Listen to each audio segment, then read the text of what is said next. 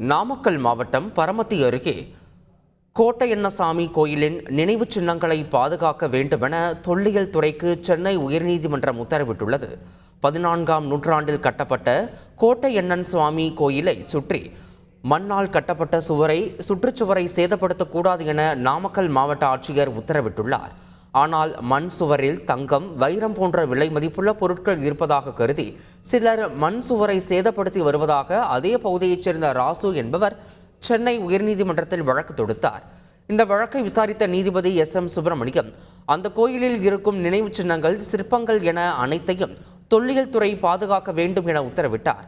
மேலும் தொல்லியல் துறை ஆராய்ச்சி மேற்கொள்ள தேவையான நிலத்தை கையகப்படுத்தி கொடுக்க வேண்டும் எனவும் மாவட்ட ஆட்சியருக்கு உத்தரவிட்டு நீதிபதி வழக்கை முடித்து வைத்து உத்தரவிட்டார். செய்திகளை உடனுக்குடன் தெரிந்து கொள்ள உடனே சப்ஸ்கிரைப் பண்ணுங்க.